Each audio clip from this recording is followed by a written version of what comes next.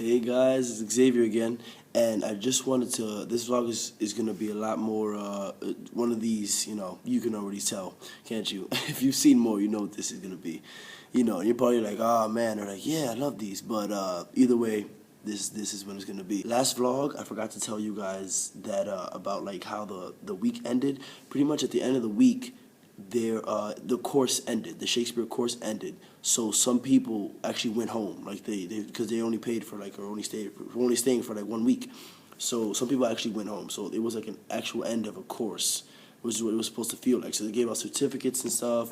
There were goodbyes. There was a little tiny goodbye party, and that's pretty much how it was. So everybody was like reflecting back on the whole week, pretty much how. And I didn't really talk about that yesterday because it was a lot of Dave's birthday, and I wanted to really, celebrate that and give that out to him. But that's what today's gonna be. Today I really didn't do much.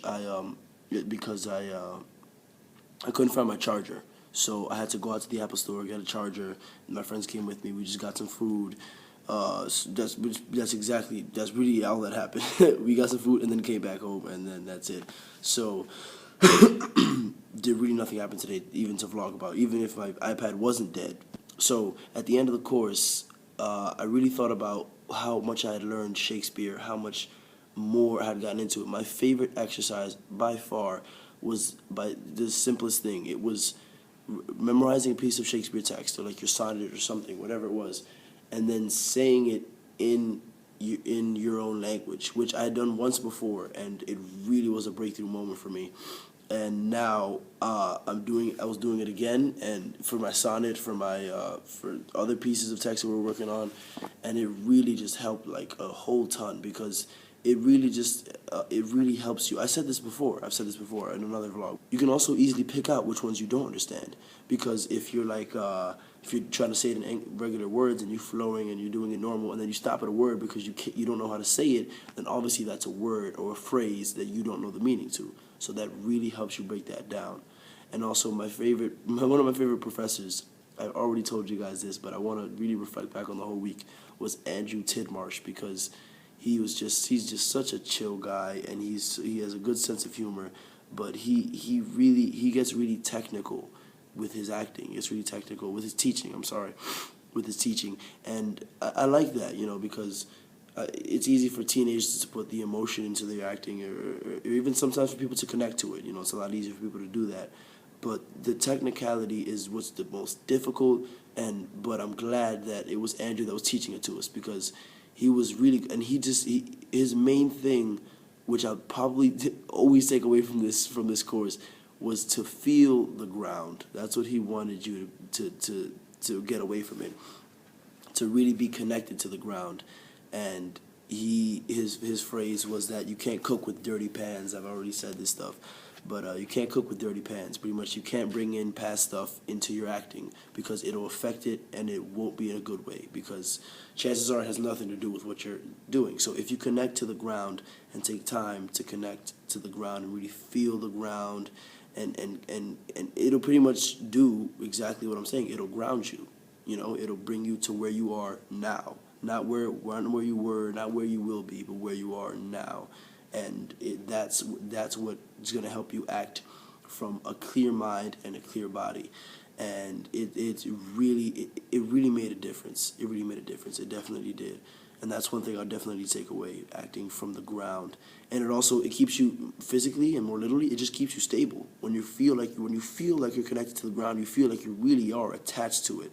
And somebody who's stable on stage, even if they're playing somebody physical, if you're stable on stage, it's just a lot more entertaining to watch than somebody who's rocking back and forth while they act, or swaying their hands, playing with their hands.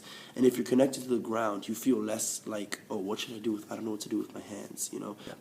Also, I got this today, this I Love London bracelet.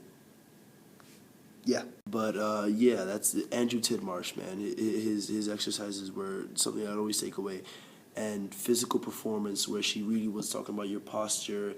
And I don't know if I'll take away too much because it was a lot of information, but I definitely remember what she wanted us to do, and it was more about just thinking. I remember last time I talked about this, I stopped. Well, this time I'm going to keep going. She wants you to think of your spine going upwards and outwards, and not just straight up and straight back. She said that babies have the best posture. I know. I was like, what? Babies have the best posture? But it's true. She showed us a lot of exercises to try to stretch your spine out. And a lot of them were things like crawling on your knees, which is like what babies do. Or trying to, when babies are stretching for a toy and they're like crawling and stretching for a toy, like flat on their back, flat on their stomach. And they're like stretching for a toy that really stretches out your spine. You get up and you feel the difference. So she said babies have the best posture, and that when we were babies, we all had great posture, and we're just trying to get that back. Then there was dance. Obviously, this wasn't my favorite. I respect dance, and the way I respect it is by not doing it. And I hated, hated having to do it because it's just not something I enjoy. And it really was just that. It was dance. It wasn't like, dance with acting or any kind of musical theater, it really was just dance. And I did not enjoy that class. I didn't enjoy it. I don't know what else to say. It was like waltz and being a circle and stuff. I didn't connect within that class. I didn't like it. I really didn't have fun there. I'd much rather be acting. I mean, I know it's good to try to get as much done as you can, try to be triple threat and all that, but when you're just not enjoying it, it's just, what's the point? Why are you trying to, I'm talking about myself here. Why are you trying to dance if if you just don't enjoy it, you don't find fun in it? So I didn't like that class very much. The teacher was great. He was really funny and great, but I didn't enjoy that class. And that was pretty much it that we had from that 1 week course. And I feel like contemporary is going to be a lot easier. The people that were here last year actually said it's the most fun week. If out of all the 3 weeks, I'm not doing the third week, but out of all the 3 weeks, that's the most fun. So I really am excited for that. I can't wait to delve into some Arthur Miller and Tom Stoppard and all these other great playwrights that I'm going to be finding out a lot more about. I have my monologue ready, and I'm ready to jump into action for next week. But that's pretty much it. Thank you guys for watching. I hope you enjoyed this another one of these stay-in vlogs. I'm gonna be doing these every once in a few, because to reflect back on my classes. But I will be doing stuff. I'm gonna be trying to watch some plays. I'm gonna try to record the entire play for you guys. No, I'm not. I'm not gonna do that. I'm not gonna do that. But I will tell you guys how the plays go when I go to see them. I'm gonna be trying to see Othello and Shakespeare at the Globe.